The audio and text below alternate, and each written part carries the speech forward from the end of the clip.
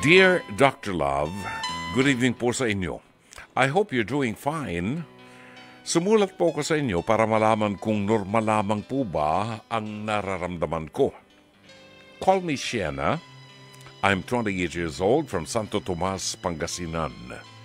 Ako po ay may boyfriend na kabarangay ko rin. Dati siyang active member ng Sangguniang Kabataan at dati namang kapitan ang tatay niya. We have a very good relationship. At 4 years and counting po kami.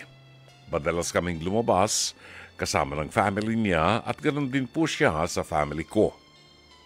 In fact, kasalamang po ang kulang sa amin dahil boto po ang parehong kampo sa amin.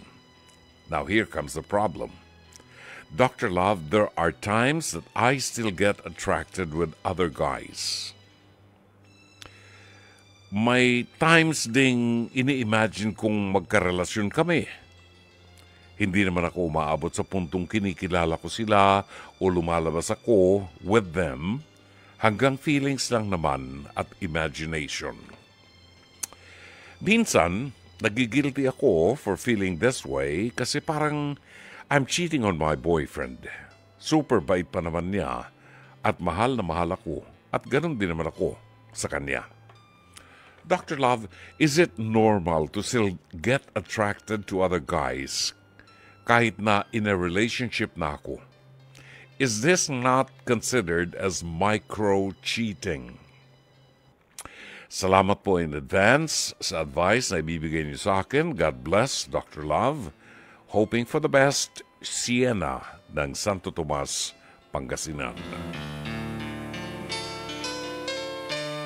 Maraming salamat, Sienna. Well, siguro ay masasabi kong normal lang kasi sa ating mga tao, kapag nakakakita tayo ng maganda sa ating paningin, ay kakaiba ang ating nararamdaman. Nandyan yung natutuwa tayo, parang gusto nating maging malapit tayo dun sa taong yun. Kasi nga, ang tawag doon ay infatuation. Nagsisimula ang isang relasyon sa infatuation, yung pagka-attract natin sa opposite sex, no? Normally, opposite sex. Kasi ngayong mga panahon na ito kahit the same sex na-attract na, no? Nagiging ordinaryo na, nagiging normal na yung hindi normal nung araw. So, kung doon sa mga na-attract sa opposite sex, normal lamang po yun. Hindi naman tayo ipokrito para sabihin na, naku, apakalaking kasalanan yan, no? Katunayan, mangungumpisal ako sa inyo, in one of my trips in the Balkan countries, ay may nakita akong isang babae na nag-perform sa harap ng grupo namin ng mga pilgrims during our lunch. Itong babaeng ito, medyo matangkad naman siya. Siguro mga 5'8" ang taas niya. Mahaba ang buhok. Ang mukha niya ay maamong-maamo ang mukha, no? Malinis, siyempre, malinis sa katawan, kung tingnan ko. At na-attract ako sa kanya. That, habang kumakain kami, parang tingin ko sa kanya, yung pag natitingnan niya ako, tuntua naman ako. Pero wala akong sinasabi sa kanya. Na-attract lang ako sa kanya. May asawa na po ako, Diyos, matanda na ako. Oo, matanda na ako. Nung makita ko siya, siguro I was ano ba ako ngayon? 74, mga 69, 70 years old. Yan. So, parang anak ko na lang yung bata, ano?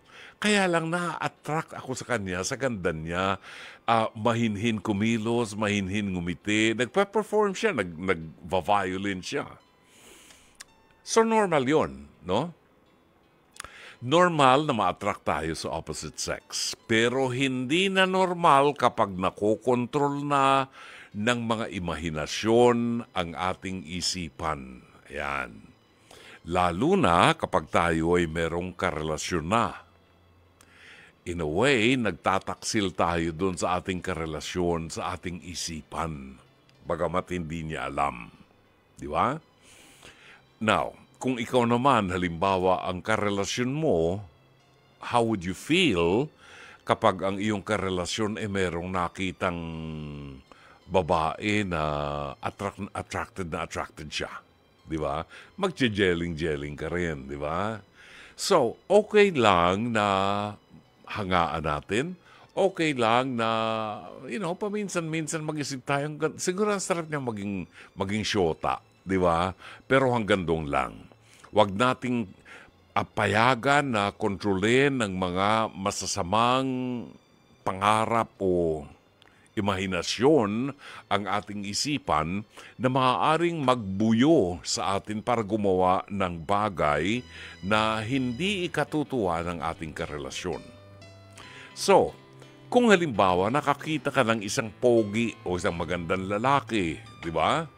Ay okay lang yun, nahangaan mo. Pag tayo nakakakita ng isang, sino bang artistang babae ang isa sa mga hinahangaan ko? Wala na yata akong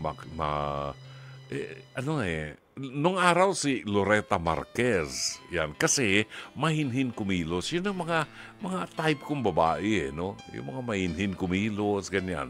Well, anyway, the point is, ang paghanga ay hindi po kasalanan. Pero kapag ikaw ay nagsisimula ng mag-isip ng mga bagay na maglalagay ng dumi sa iyong isipan at sa inyong relasyon, dyan po, hindi na maganda yan. Magkakasala tayo doon sa ating karelasyon. So hanggang maaga, Sienna, hanggang maaga, turuan mo ang iyong sarili na kung humanga man ay humahanga lamang.